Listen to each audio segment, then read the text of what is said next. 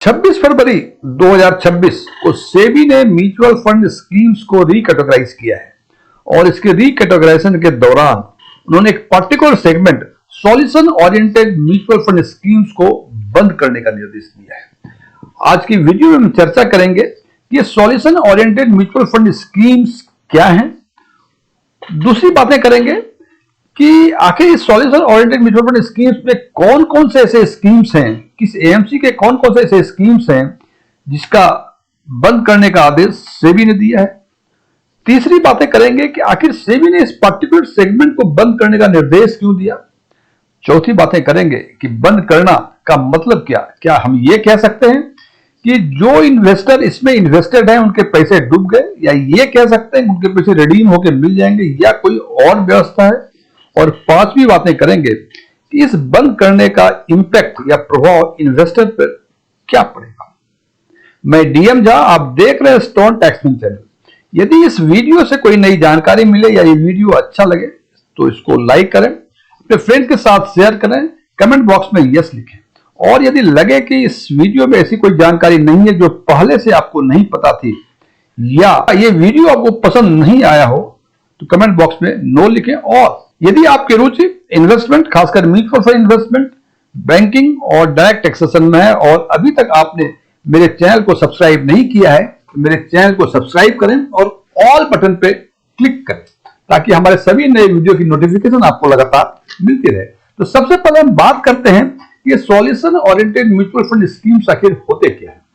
Friends, ये एक ऐसा म्यूचुअल फंड स्कीम है जो इन्वेस्टर के specific long term financial goal को अचीव करने की दृष्टि से डिजाइन किया गया हो। और आज के दिन में हिंदुस्तान में solution oriented mutual fund schemes में दो तरह के स्कीम्स हैं और उस स्कीम का नाम है रिटायरमेंट फंड्स और चिल्ड्रन फंड्स। जो भी solution oriented mutual fund schemes में आज के दिन में different AMC mutual fund operate कर रहे हैं, वो इन्हीं दो नाम के फंड से, इसमें आगे पीछे कुछ और लगा हो सकता है, लेकिन इसका जो बेसिक नाम है वो रिटायरमेंट फंड और चिल्ड्रंस फंड ही नाम है। तो अब दूसरी बातें करेंगे कि इस दोनों ही फंड्स में, रिटायरमेंट फंड और चिल्ड्रन फंड्स में कौन कौन से स्कीम्स हैं जिनका आदेश सेबी ने दिया है कि उसको बंद कर दिया। तो सबसे पहले बात करते हैं रिटायरमेंट फंड्स की। रिटायरमेंट फंड में सबसे पहला है एबीएसएल का रिटायरमेंट फंड 30। और फ्रेंड ध्यान रखें कि ये जी का मतलब ग्रोथ है और आईडीसीडब्ल्यू का मतलब आइडेंट को पे आउट किया जाता है। तो एबीएसएल का रिटायरमेंट फंड ग्रोथ और आईडीसीडब्ल्यू, एबीएसएल का रिटायरमेंट फंड 40, इसका 30-40 अलग अलग रिटायरमेंट फंड्स हैं, इसका भी ग्रोथ और आईडीसीडब्ल्यू ऑप्शंस है। एक्सिस के दो फंड है, रिटायरमेंट फंड एग्रेसिव और रिटायरमेंट फंड डायनेमिक प्लान, और इसमें भी ग्रोथ और आईडीसीडब्ल्यू के दो अलग अलग ऑप्शंस हैं। बंधन के एक ही फंड है, बंधन का रिटायरमेंट फंड, इसमें भी ग्रोथ और आईडीसीडब्ल्यू है। बड़ौदा का BNP परिवास retirement fund, Baroda AMC के भी एक ही फंड है, इसमें एचडीएफसी के भी एक ही फंड है, HDFC retirement saving fund hybrid equity plan, और इसमें यह ध्यान देंगे केवल ग्रोथ प्लान है, इसमें कोई आईडीसीडब्ल्यू का प्लान नहीं है। आईसीआईसी के दो फंड्स हैं, आईसीआईसी का हाइब्रिड एग्रेसिव प्लान और प्योर इक्विटी प्लान, इसमें भी ग्रोथ और आईडीसीडब्ल्यू दोनों ही प्लान है। निप्पॉन का एक ही फंड है, वेल्थ क्रिएशन, ग्रोथ और आईडीसीडब्ल्यू ऑप्शंस के साथ। पीजीआईएम का भी एक ही फंड है, रिटायरमेंट फंड, ग्रोथ और आईडीसीडब्ल्यू। एसबीआई का दो फंड है, रिटायरमेंट बेनिफिट एग्रेसिव हाइब्रिड और एग्रेसिव हाइब्रिड प्लान, दोनों का अलग अलग फंड है। SBI retirement benefit fund aggressive hybrid plan और SBI retirement benefit fund aggressive plan, ये एग्रेसिव हाइब्रिड प्लान है और ये एग्रेसिव प्लान है, दोनों में ही ग्रोथ और आईडीसीडब्ल्यू का ऑप्शन दिया हुआ है। इसी हिसाब से टाटा का भी दो रिटायरमेंट फंड है, रिटायरमेंट सेविंग फंड मॉडरेट और प्रोग्रेसिव प्लान, इसमें केवल ग्रोथ का ही आईडीसीडब्ल्यू का ऑप्शन नहीं है। और यूनियन रिटायरमेंट फंड, इसमें भी एक ही फंड है, यूनियन रिटायरमेंट फंड, इसमें भी ग्रोथ और आईडीसीडब्ल्यू दो तरह के ऑप्शन है। इसमें एक चीज आपने ध्यान दिया होगा, हमने ग्रोथ और आईडीसीडब्ल्यू लिखा है और कहीं कहीं केवल ग्रोथ लिखा है। तो फ्रेंड्स, यदि इस 17 फंड में से देखें कि कौन कौन से फंड में आईडीसीडब्ल्यू का ऑप्शन नहीं है, वो देखेंगे एचडीएफसी में आईडीसीडब्ल्यू का ऑप्शन नहीं है, टाटा के दोनों ही फंड है मॉडरेट और प्रोग्रेसिव प्लान, इसमें भी आईडीसीडब्ल्यू के ऑप्शन नहीं है। तो ये बातें, ये 17 फंड अंडर रिटायरमेंट फंड ऐसे हैं जो सेबी के आदेश के हिसाब से इनको रेस्पेक्टिव एएमसी को बंद करना पड़ेगा। अब हम चर्चा करते हैं चिल्ड्रंस फंड के, चिल्ड्रंस फंड्स में 13 फंड हैं। इसमें आदित्य बिरला का एक आदित्य बिरला भविष्य योजना, इसमें भी ग्रोथ और आईडीसी दोनों ही ऑप्शन हैं। एक्सिस में भी एक ही है और इसका नाम है एक्सिस चिल्ड्रन फंड, इसमें भी ग्रोथ और आईडीसी दोनों हैं।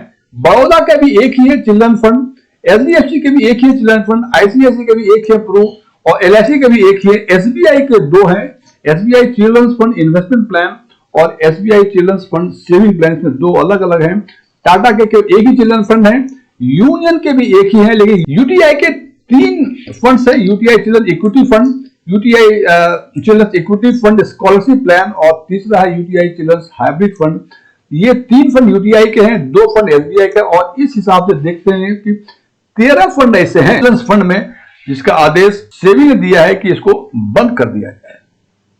और इस चिल्ड्रन फंड में आपने देखा कि एचडीएफसी, आईसीआईसी, एलआईसी, एसबीआई के दोनों, टाटा और यूटीआई के 3 में से 2 ये ऐसे फंड हैं जिसमें आईडीसीडब्ल्यू का ऑप्शंस नहीं दिया गया। और इस हिसाब से देखते हैं कि 17 फंड रिटायरमेंट फंड में और 13 फंड यानी कुल 30 फंड ऐसे हैं जिन्हें सेबी ने बंद करने का आदेश दिया है। अब हम चर्चा करते हैं कि आखिर सेबी ने सॉल्यूशन ओरिएंटेड म्यूचुअल फंड को बंद करने का निर्देश क्यों दिया। तो सबसे पहला कारण था कि सेबी ने यह कोशिश की कि जो म्यूचुअल फंड के इन्वेस्टर्स हैं, इस म्यूचुअल फंड प्रोडक्ट के लैंडस्केप को सिंप्लीफाई किया जाए so that A common investor इस बात को अच्छी तरह समझ सके। सो इनको लगता था कि इसका लैंडस्केप जो था वो सिंप्लीफाई नहीं था, तो सिंप्लीफाई करने की कोशिश की गई। दूसरा कारण था ट्रांसपेरेंसी एंड कंपैरेटिबिलिटी। फ्रेंड्स, इस सेगमेंट में जो फंड्स के नाम, स्कीम्स के नाम हुआ करते थे, नाम कुछ और था और वही सिमिलर नेम से हम दूसरे एएमसी के स्कीम से कंपेयर करते थे तो मालूम है कि दोनों में काफी डिफरेंस था, वो सिमिलर कंपैरिजन नहीं हो सकता था। और दूसरा ये ट्रांसपेरेंट भी नहीं थे, किसमें नाम कुछ और है, काम कुछ और हो रहा है। उस हिसाब से इन्होंने कोशिश की कि अब जो इस फंड में जो अलाइन होंगे वो ट्रांसपेरेंट और उसको इस तरह से नाम दिया जाएगा जो उसके दूसरे फंड के साथ कंपेयर किया जा सके। तीसरा वही काम है कि ट्रू टू द लॉजिक, नाम कुछ और काम कुछ और। तो अब इन्होंने सेबी ने सोचा कि उस फंड्स के नाम ऐसे दिए जाएंगे, जैसा नाम होगा वैसा ही काम किया जाएगा। और सबसे इंपॉर्टेंट कि रिड्यूसिंग ओवरलैप। रिड्यूसिंग ओवरलैप का मतलब है कि हमने रिटायरमेंट फंड के कई तरह के स्कीम्स में हमने इन्वेस्ट किए, लेकिन जब हम देखते हैं तो बाद में 70% से 80% जो है उसका ओवरलैपिंग हो रहा है। तो इस केस में यदि ओवरलैप अधिक होता है तो हमारा डाइवर्सिफिकेशन नहीं होता है फंड्स का।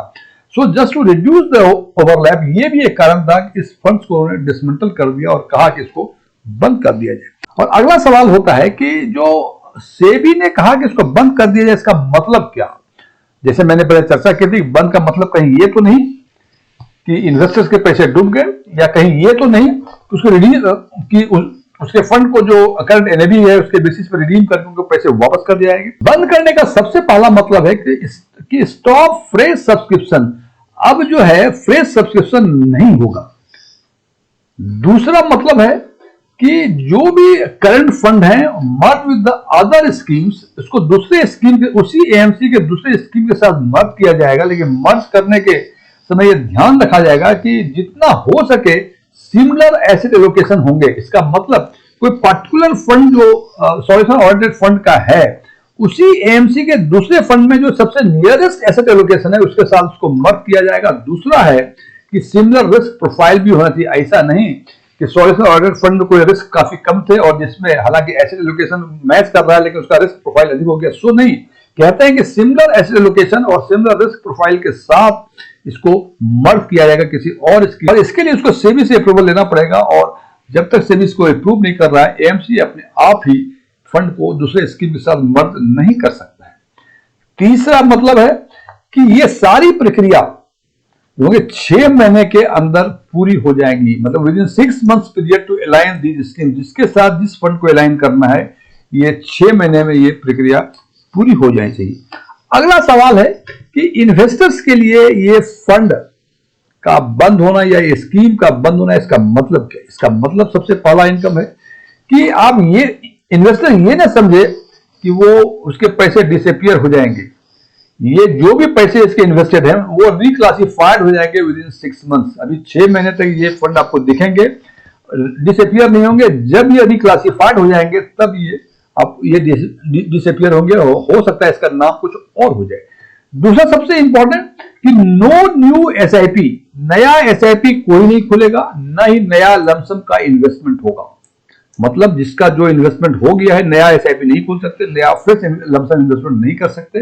और इसके लिए जब फंड को रिक्लासिफाई या रीअलाइन करेगा एएमसी यानी फंड हाउस, तो ये इन्वेस्टर को कम्युनिकेट करेगा कि हम ये करने जा रहे हैं। और सबसे इंपॉर्टेंट एक सवाल किसी इन्वेस्टर ने पूछा था हमसे कि जिसकी एसआईपी चल रही है उसका क्या होगा, बिकॉज यहां लिखा है कि नो फ्रेश इन्वेस्टमेंट। इसका मतलब ये तो नहीं कि एग्जिस्टिंग एसआईपी में हम कंटिन्यू करें या कंटिन्यू ना करें। फ्रेंड्स, नो फ्रेश इन्वेस्टमेंट का मतलब है जो एग्जिस्टिंग एसआईपी हैं वो एसआईपी अपने हिसाब से चलती रहेंगे, वो एसआईपी बंद नहीं होगी, लेकिन कोई नई एसआईपी ओपन नहीं होगी। फ्रेंड्स, जैसा कि मैंने पहले कहा था कि 26 फरवरी 2026 के सर्कुलर में सेबी ने कई सारे आदेश दिए हैं, उसमें से एक आदेश है। इसके अलावा और भी आदेश है जिसकी चर्चा हम किसी अगले वीडियो में करें। ये मेरे विचार थे। यदि आप मेरे विचारों से सहमत हैं तो कमेंट बॉक्स में एग्रीड लिखें, और यदि मेरे विचार से सहमत नहीं है तो कमेंट बॉक्स में नॉट एग्रीड लिखें। और ये वीडियो क्लोज करने के पहले मैं कुछ डिस्क्लेमर देना चाहता हूं कि मैं कोई म्यूचुअल फंड एडवाइजर नहीं हूं, मेरे पास एमएफआई के कोई रजिस्ट्रेशन नंबर नहीं है, मैंने सेबी के एग्जाम इस कंसर्न में कोई एग्जाम पास नहीं किए हैं। ओपन डोमेन में जो भी इंफॉर्मेशन अवेलेबल है उसके बेसिस पे मैं आम लोगों के लिए आम वीडियो बनाया करता हूं। Thank you.